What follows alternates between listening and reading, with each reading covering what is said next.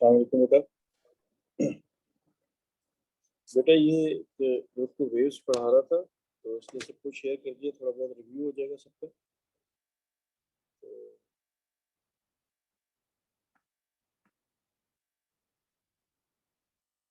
Initially अगर आप wave को रिकॉल करें तो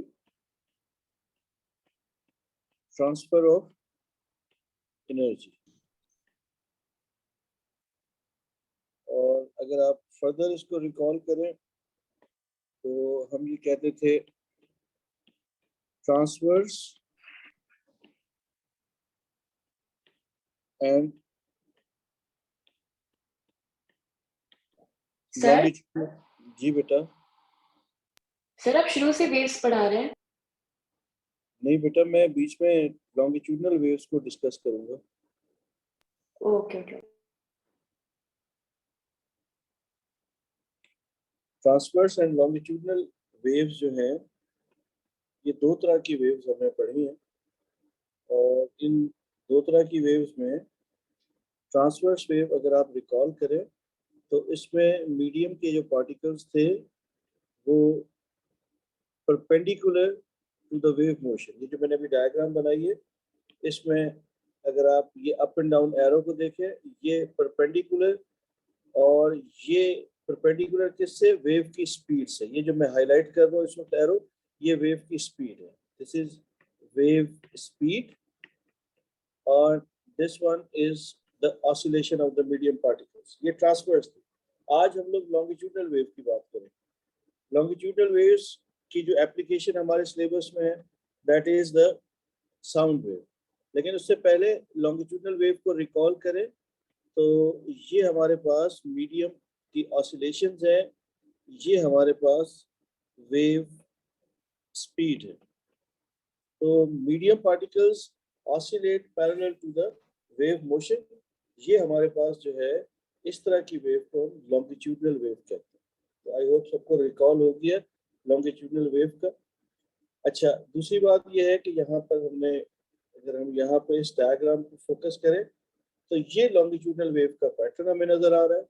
जब लॉन्गिट्यूडनल वेव प्रोपेगेट करती है, ये वेव फ्रंट्स है बेटा, यहाँ के मीडियम के पार्टिकल्स देखें ये टुवर्ड्स ईच अदर मूव कर रहे हैं, यहाँ के particles towards each other move कर रहे हैं।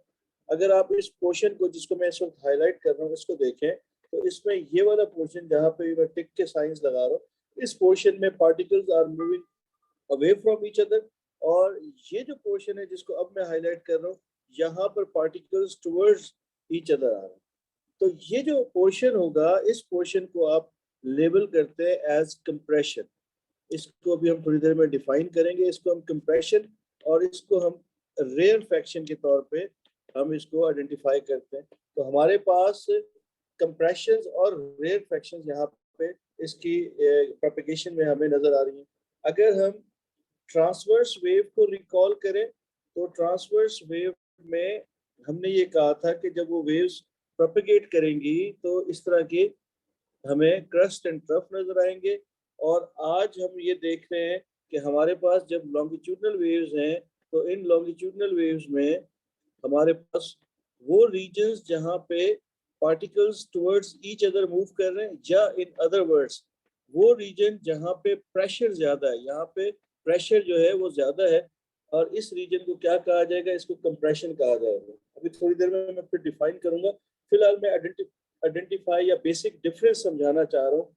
तो ट्रांसवर्स वेव में क्रस्ट एंड ट्रफ बनेंगे, लॉन्गिट्यूडनल वेव में आपके पास क्या बनेंगे बेटा? कंप्रेशंस एंड रेयर फ्रैक्शंस बनेंगे। तो ये एक बेसिक सा डिफरेंस आपको याद रखना है जूनियर लेवल पे, ओ लेवल्स पे।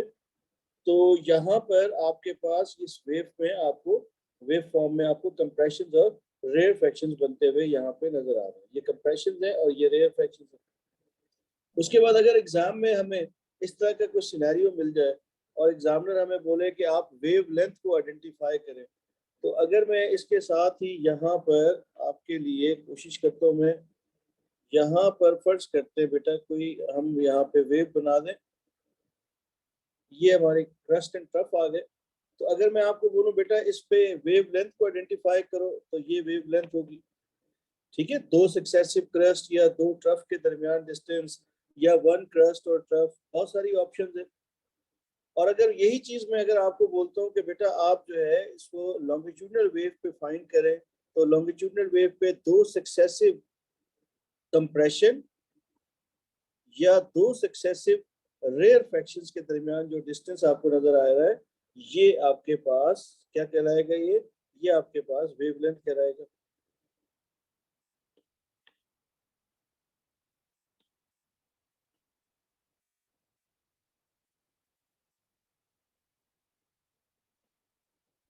This is wavelength. ठीक है, तो एक मैं छोटी सी एक्सरसाइज कर लेता हूँ।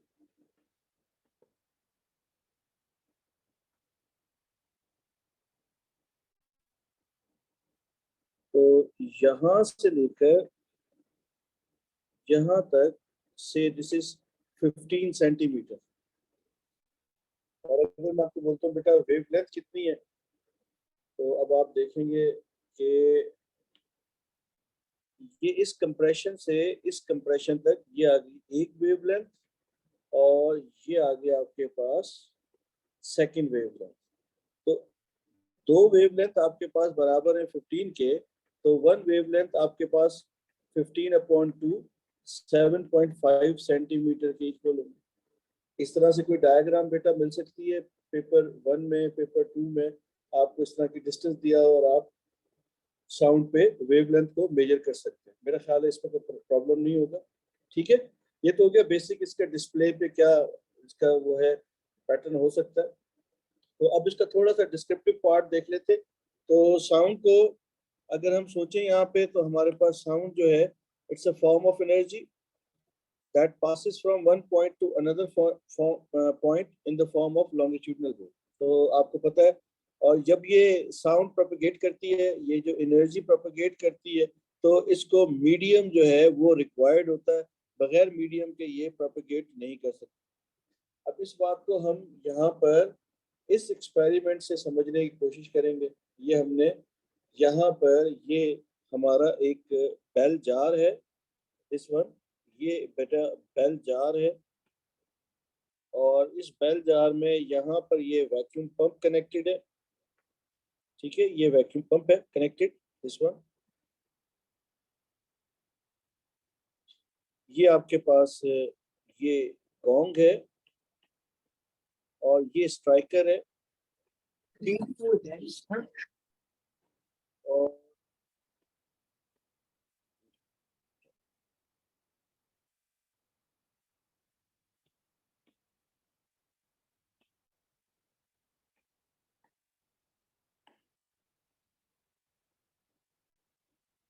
तो ये स्ट्राइकर है बेटा।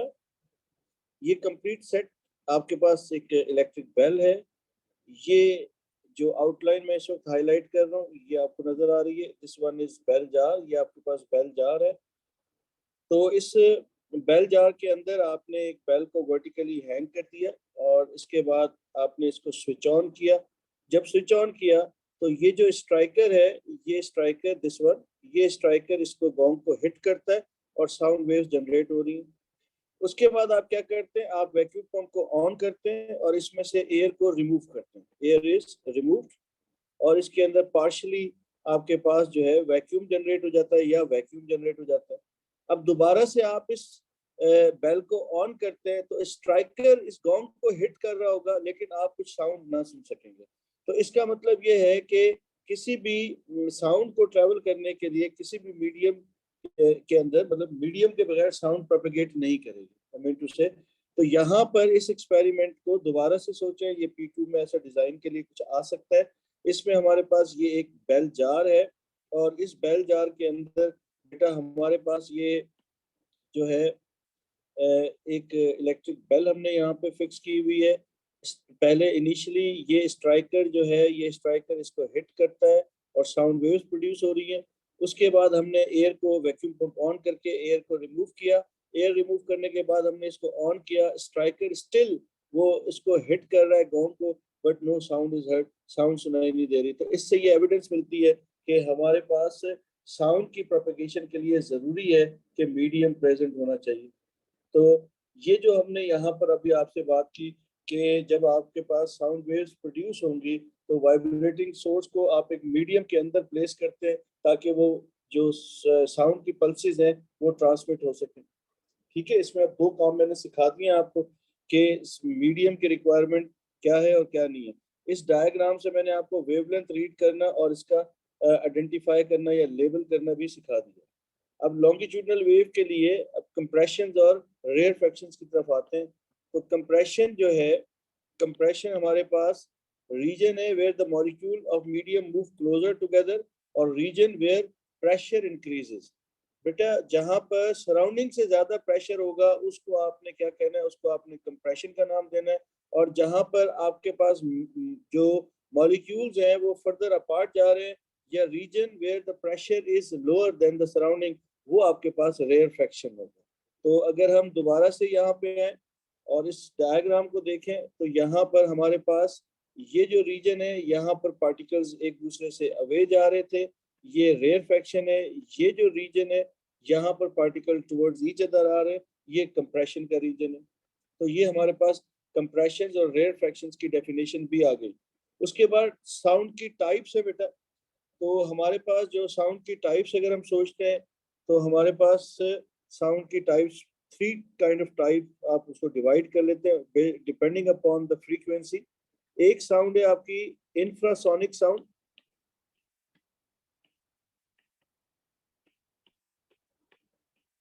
इंफ्रासोनिक साउंड की जो फ्रीक्वेंसी है वो 20 हर्ट्ज से बिलो होती है बेटा। फिर एक होती है audible sound. Audible sound 20 hertz to 20 kilohertz के इन बिटवीन होगी। इसके अलावा बेटा एक और साउंड होगी अल्ट्रासोनिक साउंड। अल्ट्रासोनिक या अल्ट्रासाउंड में क्या होगा, 20 किलो हर्ट्ज से अबव साउंड की फ्रीक्वेंसी होगी। कितनी टाइप्स होगी बेटा इंफ्रासोनिक साउंड, इसकी बेहतरीन एग्जांपल अर्थक्वेक है। अर्थक्वेक इंफ्रासोनिक साउंड होती है, इसको साइज्मिक वेव कहा जाता है। ये 20 हर्ट्ज से बिलो इनकी फ्रीक्वेंसी होती है। फिर उसके बाद ऑडिबल साउंड है, जैसे मैं इस वक्त बोल रहा हूँ आप सुन रहे हैं, तो ये फ्रीक्वेंसी 20 हर्ट्ज और 20 किलो हर्ट्ज के इन बिटवीन है। और एक फ्रीक्वेंसी जब 20 किलो हर्ट्ज से अबव चली जाएगी तो वो अल्ट्रासोनिक साउंड बन जाएगी। तो ये थ्री टाइप्स की आपके पास साउंड की पल्सेस एग्जिस्ट करती हैं जो आपको आनी चाहिए। ठीक है, तो ये एमसीक्यूज के लिए बेटा आपको याद करना है। ये नोट्स सबके पास हैं, मैंने ग्रुप्स में शेयर किए हुए, आप इसको वहां से देख सकते हैं। तो साउंड को मीडियम की जरूरत है, ये हमारे पास जो है बात क्लियर हो गई, ये हम डिस्कस कर लिया हमने। अब बेटा ये इंस्ट्रूमेंट एक आपको नजर आ रहा है, ये बेसिकली ये इसका नाम है, इसको हम कहते हैं, ये ट्रेंडल व्हील है और ये लेंथ मेजर करने के लिए यूज होता है। अमूमन बेटा ये जो एथलेटिक्स में जो रेस के लिए डिस्टेंस मेजर होता है या अभी जो मैं एक्सपेरिमेंट अभी आपको डिस्कस करूंगा उसमें तो ये ट्रेंडल व्हील यूज होगा।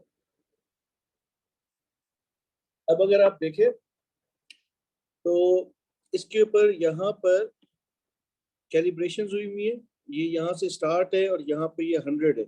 यानी एक जब रोटेशन इसकी कंप्लीट होगी तो ये जो इसका सरकमफेरेंस है वो 100 सेंटीमीटर के इक्वल है। यानी एक रोटेशन में ये 100 सेंटीमीटर की लेंथ कवर करेगा। यहाँ पर बेटा इसके ऊपर एक और मीटर यहाँ पे अटैच्ड होता है, उस मीटर के ऊपर ये कितनी दफा रोटेट कर रहा है उसकी वो नंबर ऑफ रोटेशंस जो है वो आप मेजर कर लेते हैं, उस पे आ जाती है, डिस्प्ले पे आ जाती है। जैसे फर्ज करते हैं हम ये कहते हैं कि ये जो है ये 5000 टर्न इसने लिए हैं और एक टर्न के अंदर फर्ज करते हैं ये एक टर्न में ये 100 सेंटीमीटर मूव कर रहा है। तो 5000 टर्न में इसने कितने टर्न्स लिए, तो 5000 इंटू 100। ठीक है, बल्कि आप इसको मीटर में कन्वर्ट कर लें, 100 सेंटीमीटर 1 मीटर, तो इसको 1 से मल्टीप्लाई कर दें अगर आप, तो आपके पास ये बन जाएगा बेटा 5000 मीटर मीन्स 5 किलोमीटर्स। तो ये मेरा इस कैलकुलेशन से ज्यादा इसकी डायग्राम पे इंटरेस्ट है आपको ये रिकग्नाइज करना आना चाहिए फॉर एटीपी पर्पस, एटीपी के लिए।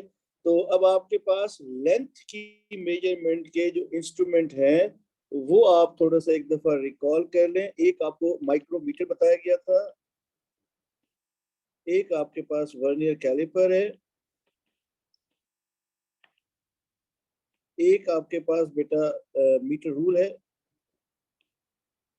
या हाफ मीटर रूल, एक आपके पास मेजरिंग टेप है, और फिफ्थ आज मैंने इंट्रोड्यूस कराया ट्रंडल व्हील। तो ये सारे लेंथ के मेजरमेंट के लिए। माइक्रोमीटर आपको पता है मैक्सिमम 25 मिलीमीटर की लेंथ मेजर करता है। वर्नियर कैलिपर भी अराउंड आप समझ लें कि 10 to 15 सेंटीमीटर तक की मेजरमेंट कर देगा। मीटर रूल आपको 100 सेंटीमीटर या 1 मीटर की मेजरमेंट करेगा। हाफ मीटर रूल बेटा ये मेजरमेंट करता है 50 सेंटीमीटर। मेजरिंग टेप से आप मैक्सिमम 20 मीटर तक या 25 मीटर तक मेजर कर सकते हैं। ट्रंडल व्हील से आप जो है जितना चाहें आप उसकी लेंथ को आप मेजर कर सकते हैं। तो लॉन्ग डिस्टेंसेस जो भी होंगे वो आप ट्रंडल व्हील से मेजर करेंगे। ठीक है, अब ये मैं सारी कहानी क्यों सुना रहा हूँ, ये सारी कहानी मैं इस पर्पज के लिए सुना रहा हूँ कि हम मेथड जो है ये हमारे सिलेबस में अब है। स्पीड की साउंड की स्पीड हमने मेजर करनी है बाय यूजिंग डायरेक्ट मेथड। ठीक है, हमारे पास इनडायरेक्ट का काम नहीं है, डायरेक्ट मेथड हम सोचेंगे। तो बेटा इसमें होता क्या है, इसमें ये है कि ये आपके पास यहाँ पर ये पर्सन 1 है, इसके पास एक पिस्टल है, गन है इसके पास, ये पर्सन बी है, इसके पास स्टॉप वॉच। ये ओपन फील्ड के अंदर है, इनके दरमियान डिस्टेंस डी है। ये जो डिस्टेंस है ये डिस्टेंस अब आपसे एग्जामिनर पूछ सकता है। तो इस डिस्टेंस को मेजर करने के लिए जो प्रोबेबल आंसर हो सकते हैं वो आंसर क्या हो सकते हैं। वो आंसर्स में पहला आंसर जो हम लिख सकते हैं वो तो बहुत आसान सा है, वो है मेजरिंग टेप।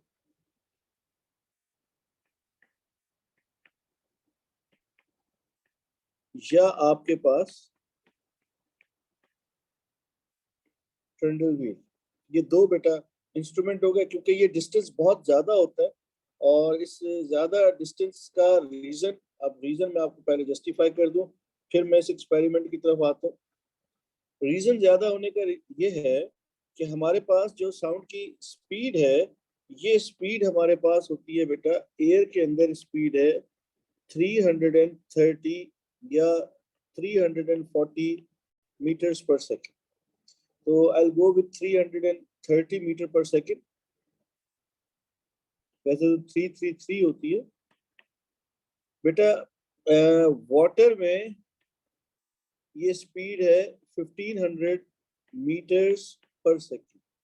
और बेटा ये आयरन के अंदर ये स्पीड है 5000 मीटर्स पर सेकेंड।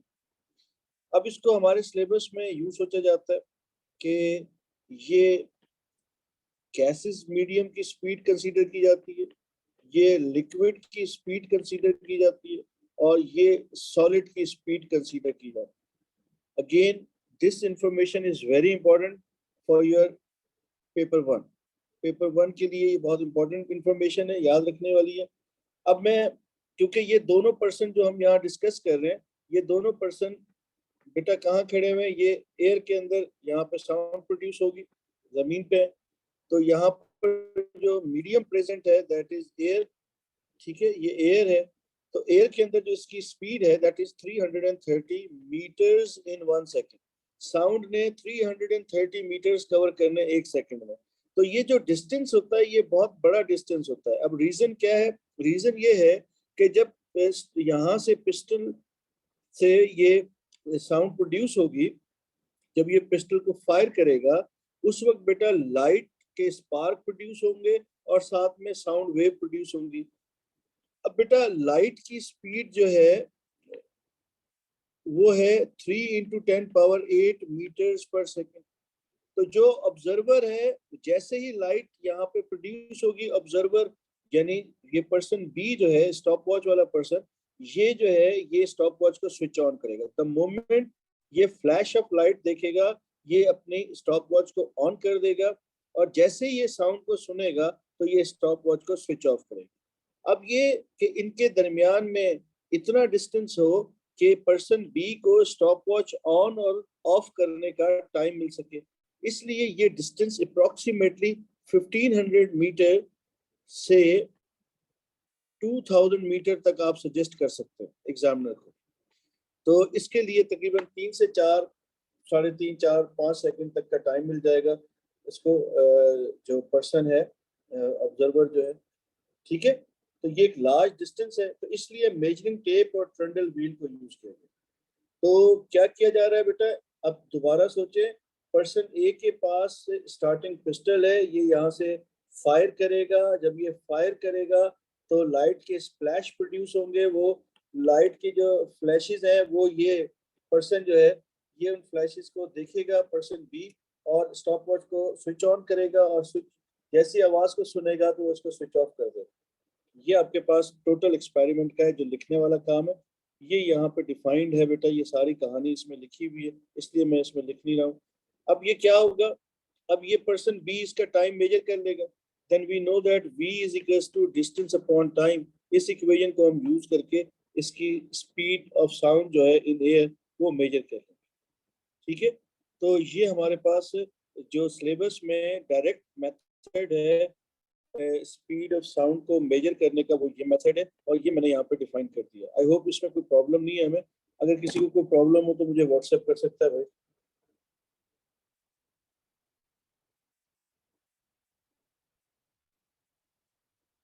बेटा हम वैक्यूम, जो वैक्यूम पंप लगा हुआ है, वैक्यूम पंप से एयर को रिमूव कर रहे हैं, एयर को सक करके बाहर फेंक रहे हैं, बेल जार के अंदर वैक्यूम जनरेट हो जाएगा,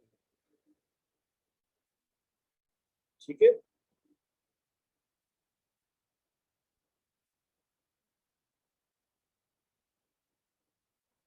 हम आवाज सुनने के बाद स्टॉप वॉच, हम फ्लैश को देख के स्टॉप वॉच ऑन करेंगे, और जब हम फ्लैश को देख रहे हैं, लाइट के फ्लैश को देख रहे हैं, उस वक्त साउंड उसी वक्त प्रोड्यूस हुए अलोंग विद द लाइट। तो हमने स्टॉप वॉच को ऑन कर लिया, इस पर्सन से हम तक साउंड ने पहुंचने में कितना टाइम लिया, हम वो टाइम मेजर कर रहे हैं, तभी तो डिस्टेंस अपॉन टाइम करके स्पीड आएगी।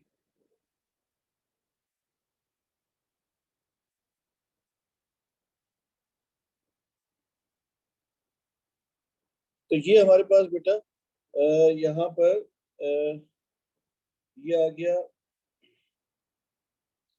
नेक्स्ट अब हम आते हैं,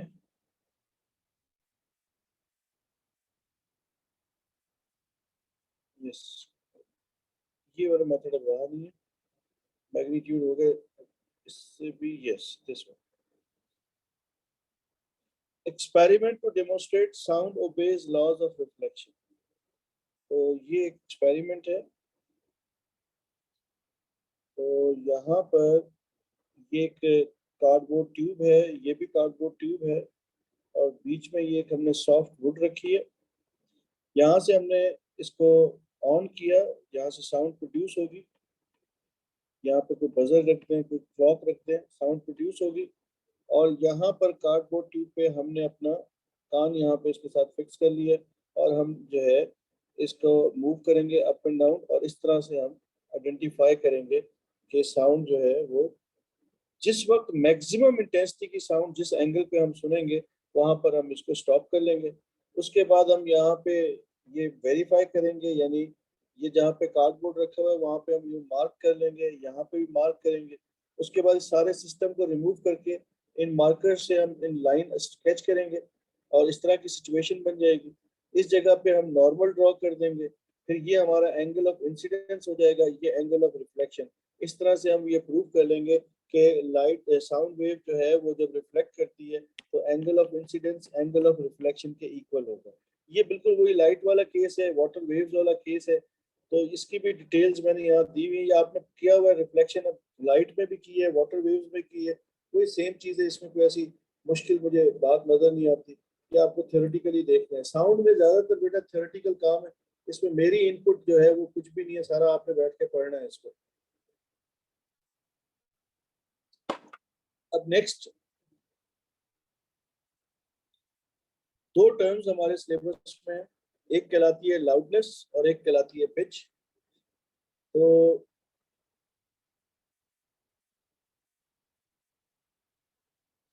तो ये हमारे पास जो रिफ्रैक्शन है और रिफ्लेक्शन और रिफ्रैक्शन ऑफ साउंड नहीं है बेटा सिलेबस में, रिफ्लेक्शन है, रिफ्रैक्शन खत्म हो गई, अब नहीं है। तो लाउडनेस जो है, जैसे कोई आदमी यल कर रहा है, चीख रहा है, तो उस वक्त जो साउंड होगी वो बहुत लाउडर होगी, और वो आपको कैसे पता लगेगा? From the amplitude. अगर आप इन दो वेव्स को कंपेयर करें तो इस वेव में इसका एम्पलीट्यूड देखें और इस वेव का एम्पलीट्यूड देखें, तो इसका एम्पलीट्यूड ग्रेटर है, तो ये लाउडर साउंड है और ये सॉफ्ट साउंड है। तो याद रखिएगा, लाउडनेस के लिए आपको एम्पलीट्यूड को आइडेंटिफाई करना है, ठीक है। और दूसरी टर्म है बेटा पिच। पिच जो है वो डिपेंड करती है फ्रीक्वेंसी के ऊपर।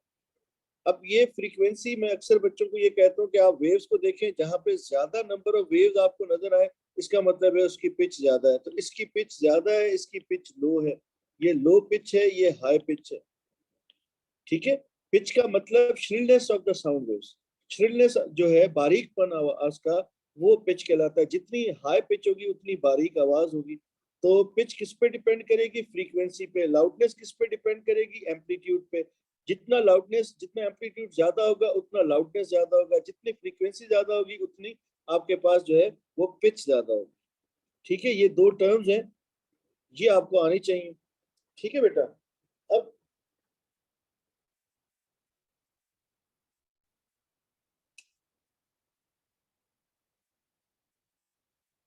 यहाँ पर अभी काम मुझे और कराना है आपको।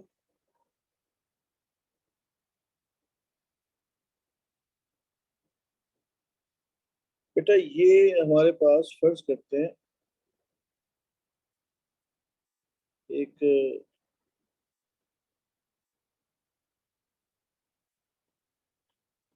शिप है, और यहाँ से ये साउंड की पल्सेस जा रही है और ये यहाँ पर स्ट्राइक करके वापस आ रही है, पहले यूं नीचे आती है। तो ये जो डिस्टेंस है, दिस डिस्टेंस इज डी, ये डिस्टेंस डी है।